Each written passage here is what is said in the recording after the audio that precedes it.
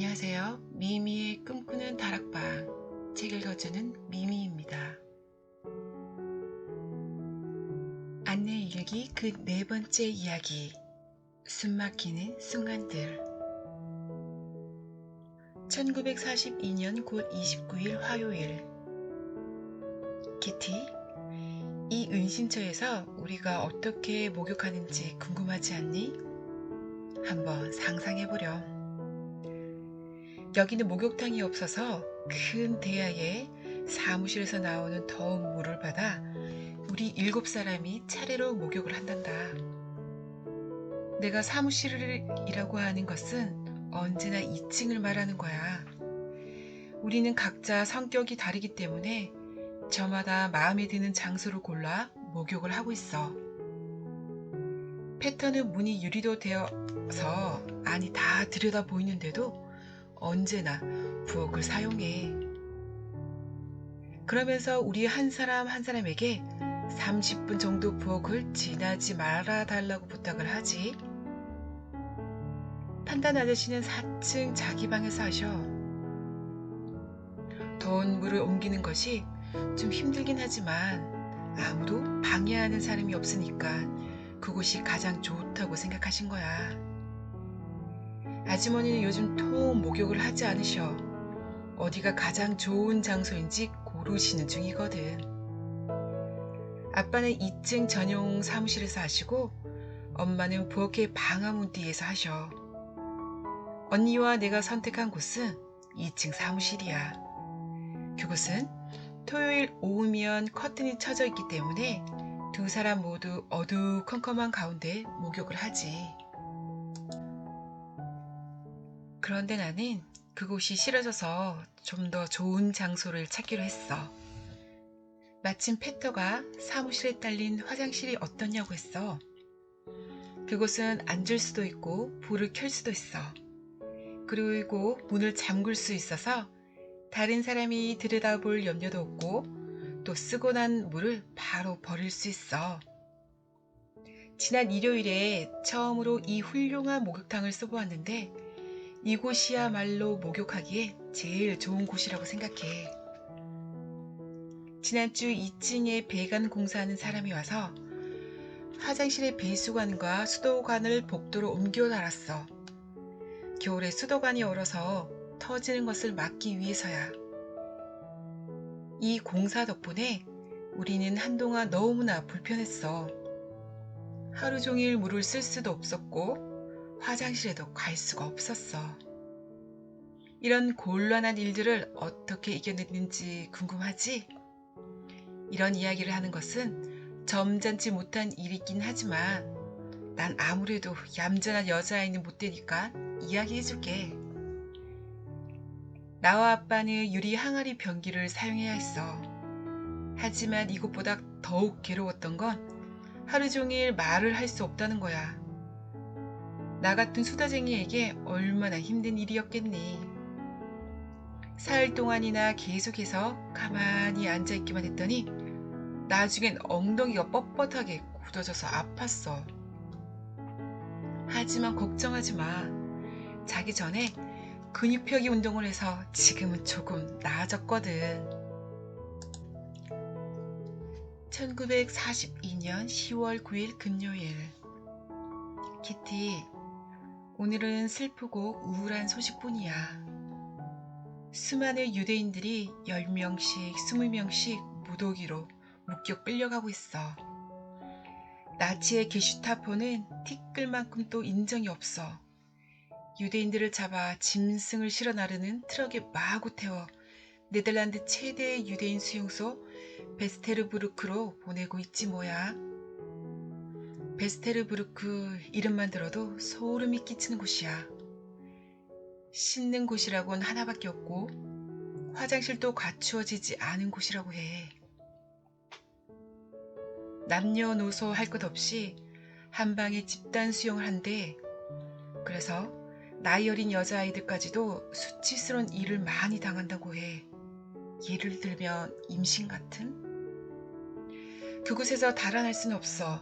모두 머리를 빡빡 깎이고 또 유대인 특유의 얼굴 때문에 즉시 탈로가 나게 되거든. 네덜란드에서도 이렇게 심한데 그보다 더 멀리 끌려간 사람들은 어떻게 되었을까? 대부분 학살당했을 거야. 영국 방송은 그 사람들이 가스를 이용해서 학살당하고 있다고 보도하고 있어. 가스 처형. 나치로서는 가장 빠르고 편리하게 우리를 죽이는 방법이겠지. 아주 최근의 일인데 미프 아주머니네 문 앞에 가난하고 몸도 불편한 유대인 할머니가 앉아 있었대. 게슈타포가 그 할머니한테 기다리라고 명령을 하고 트럭을 부르러 갔던 거야. 그 할머니는 영국 비행기를 향해 쏘아대는 고사포 소리와 번쩍이는 불빛에 와들와들 떨면서도 꼼짝하지 않고 그곳에 앉아 있었대. 그렇지만 미프 아주머니는 그 할머니를 집 안으로 들을 수 없었어. 어느 누구도 그런 위험한 짓은 할 수 없을 거야. 들키게 된다면 독일군에게 끌려가 무슨 벌을 받을지 모르거든. 엘리 언니도 은근 걱정하고 있어. 남자친구 딜크가 독일로 끌려갔기 때문이야. 엘리 언니는 하늘을 날고 있는 비행기가 어마어마한 폭탄을 딜크가 있는 곳에 떨어뜨릴까봐 걱정하고 있어. 물론 끌려간 사람은 딜크만이 아니야. 매일 많은 청년들이 기차에 실려 끌려가고 있어. 기차가 도중에 역에 멈추었을 때 기회를 엿보아 도망치는 사람도 있지만 성공하는 사람은 극히 드물어. 우울한 소식은 이것뿐이 아니야. 너는 인질이라는 말을 들은 적이 있니? 이것은 시민들의 저항 활동을 막기 위해 독일군이 생각해낸 새로운 처벌 방법이란다. 어떻게 이처럼 무서운 일이 있을 수 있을까? 이름만 들으면 누구나 알 수 있는 죄 없는 시민들이 잡혀가서 죽음을 기다리고 있어.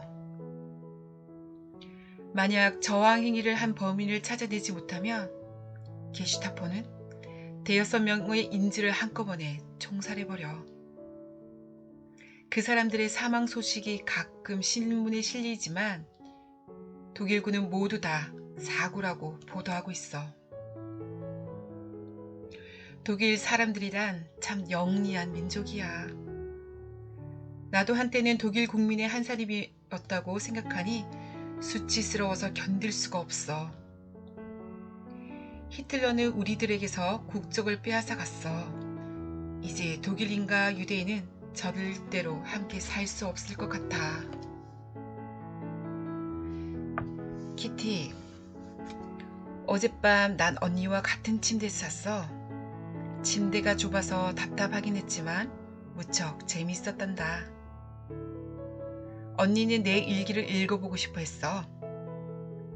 조금만 본다면 보여줄게. 나도 언니의 일기를 보고 싶다고 말했더니 언니도 보여주겠다고 했어. 또 우리는 미래에 대한 얘기도 나눴지. 언니는 이 다음에 어떤 일을 하고 싶어? 하고 물었더니 언니는 비밀이야 하며 좀처럼 대답해주지 않았어. 언니는 학교 선생님이 되고 싶어 하는 것 같았어. 내 생각에는 그 일은 언니의 적성에 잘 맞을 것 같아. 물론 그건 내가 결정할 일은 아니지만 오늘 아침에는 페터를 침대에서 몰아내고 그의 침대에 누워 있었어. 그 애는 버럭 화를 냈어. 그러나 그 정도는 얼마든지 무시할 수 있단다. 나에게 친절하게 대하는 게 자신을 위해서 좋을 테니까. 언니한테 내가 못생겼느냐고 물었더니 언니는 내가 무척 매력적이고 특히 눈이 예쁘다고 칭찬해 주었어. 1942년 10월 20일 화요일. 키티, 무서운 일이 있었어. 벌써 2시간이나 지났는데도 지금까지 손이 떨려. 이 건물 안에는 소화기가 5개 있어. 우리는 누군가 소화기 속의 약품을 바꾸러 올 거라는 말을 들었어. 하지만 그때가 언제쯤인지는 아무도 모르고 있었던 거야.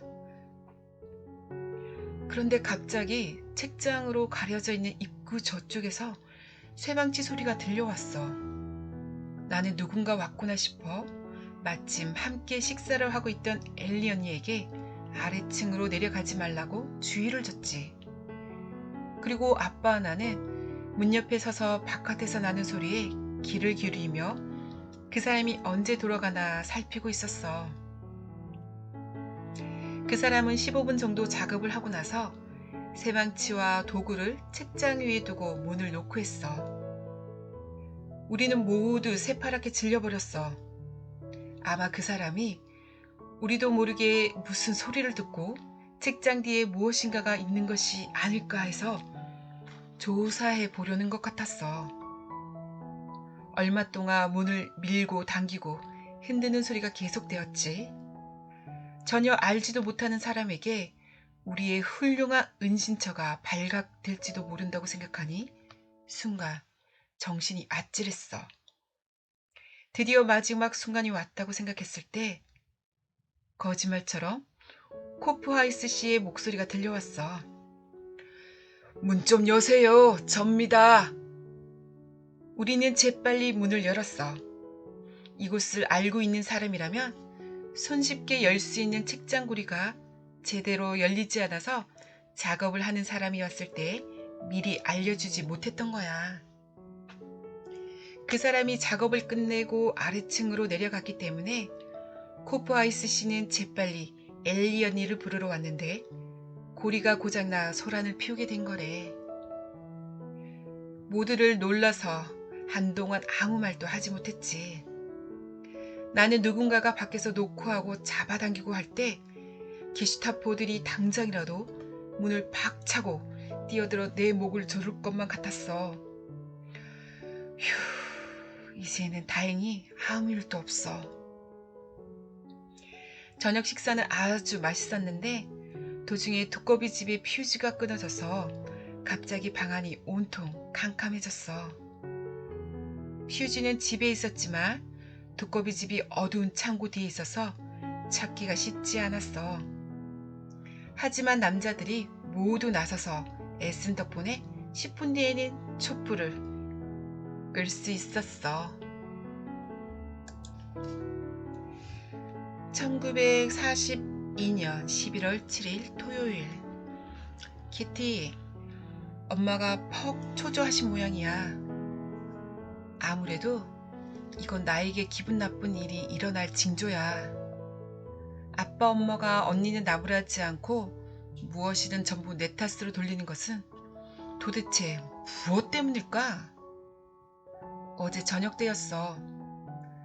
언니는 예쁜 그림이 들어있는 책을 읽고 있다가 책을 펼쳐둔 채 아래층으로 내려갔어. 나는 마침 할 일도 없고 해서 언니가 보던 책을 집어들고 그림을 보기 시작했지. 잠시 후 돌아온 언니는 내가 그 책을 보고 있자 언짢은 표정을 지으며 책을 돌려달라고 했어. 내가 조금만 더 보겠다고 하자 언니는 막 화를 내는 거야. 그러자 옆에 계시던 엄마가 그 책은 마르고트가 읽던 책이니 어서 돌려줘라 하고 참견을 하셨어. 마침 그때 아빠가 들어오셨어.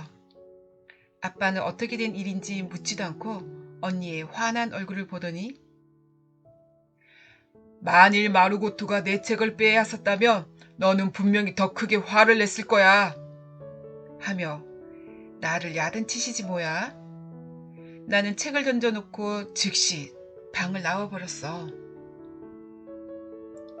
모두 내가 화가 났다고 생각했겠지. 하지만 난 그저 슬프기만 했어. 우리가 왜 다투고 있었는지 알아보지도 않으시고 아빠가 무조건 나를 꾸중하시는 것은 잘못된 일이라고 생각해. 아마 아빠랑 엄마가 그렇게 무조건 언니 편을 들지 않았다면 나는 더 빨리 언니에게 책을 돌려주었을 거야. 엄마는 걸핏하면 언니 편을 들어. 나는 이제 그런 일에 익숙해져서 엄마의 잔소리나 언니의 기분 같은 것에는 전혀 신경을 쓰지 않아. 물론 엄마랑 언니를 사랑하기는 해.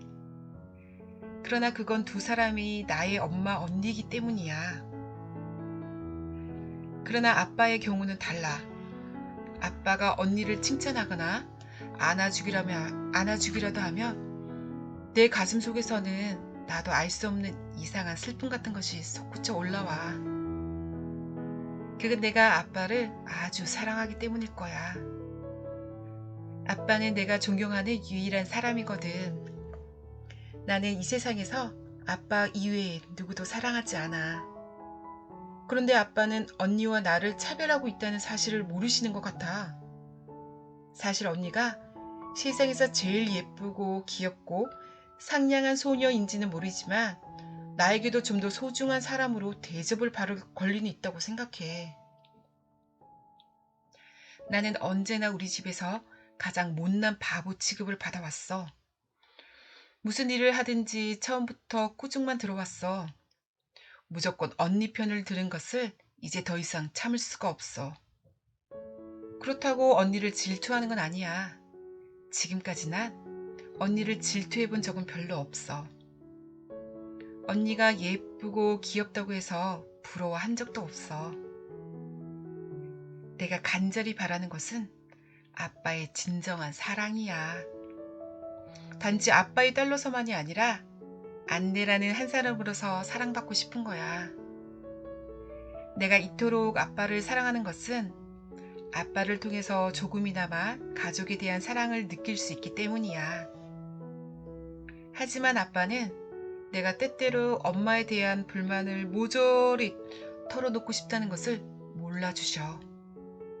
아빠는 엄마의 단점에 대한 이야기는 무조건 피하려고만 하셔. 그러나 난 엄마의 단점을 참기가 너무 힘들어. 그렇다고 엄마의 단정치 못한 점, 빈정거리는 태도, 경박함 등을 날마다 일일이 드러낼 수도 없어. 나에게만 잘못이 있다고는 생각지 않아. 엄마와 나는 모든 점에서 정반대야. 그러니까 자주 다투는 게 당연한 건지도 몰라. 나는 엄마의 성격을 이해할 수 없지만 이러쿵 저러쿵 말하고 싶지도 않아. 나는 단지 엄마를 오직 나의 엄마라고만 생각하고 있을 뿐이야. 그렇지만 엄마는 내게 대해서 엄마답지 못한 점이 많아. 이제 나 자신이 나의 엄마가 되어야 해. 나는 이렇게 우리 집안에서 외톨이야. 나 자신이 내 인생의 항해사인 셈이지. 그래도 나는 웬만하면 엄마의 나쁜 점은 보지 않고 좋은 점만을 보려고 애쓰고 있어. 그러나 생각하는 것만큼 잘 되지 않아. 더욱 불행한 것은 아빠도 엄마도 이런 나의 노력을 이해하지 못하신다는 거야. 이것은 모두 두 분의 잘못이라고 생각해. 키티, 아이들을 완전히 만족시켜주는 부모는 이 세상에 없는 것일까? 나는 이따금 하나님께서 나를 시험하고 있다는 생각이 들어. 나는 누구의 도움이나 충고도 받지 않고 스스로의 노력으로 훌륭한 사람이 되어야 해. 그렇게 되려면 좀 더 강해져야 되겠지? 도대체 나 이외에 그 누구에게서 위로를 받을 수 있을까? 하지만 가끔은 나도 위로를 받고 싶어. 그때마다 나 자신의 나약함이 느껴져 불안감을 억누를 수가 없어. 내겐 결점이 많아. 그 사실을 알고 있기 때문에 날마다 그런 점들을 고치려고 노력하고 있어. 어른들이 나를 대하는 태도는 매일 달라져. 어떤 날은 안내가 매우 영리해서 무엇이든 잘 배운다고 하고 다음 날은 책에서 여러 가지 근사한 것을 배웠는데도 사실은 아무것도 모르는 바보라는 소리까지 듣게 돼. 나는 이제 어린애도 아니고 응석바지도 아니야. 아직 말로는 표현할 수 없지만 내게는 나만의 의견과 계획, 꿈이 있어. 그래서 잠들기 전 이런 여러 가지 불만을 마음속으로 생각하게 되는 거야. 키티, 널 찾는 것도 바로 그 때문이고, 키티는 언제나 참을성이 있어서 내 말을 끝까지 들어줄 수 있을 테니까. 나는 어떠한 일이 있어도 눈물을 삼키고 나 자신의 길은 스스로 발견하겠다고 키티, 너에게 약속하겠어. 나는 단지 내가 노력한 결과를 보고 나를 사랑해주는 사람이 필요한 거야. 때론 그 사람으로부터 격려로 받고 싶어.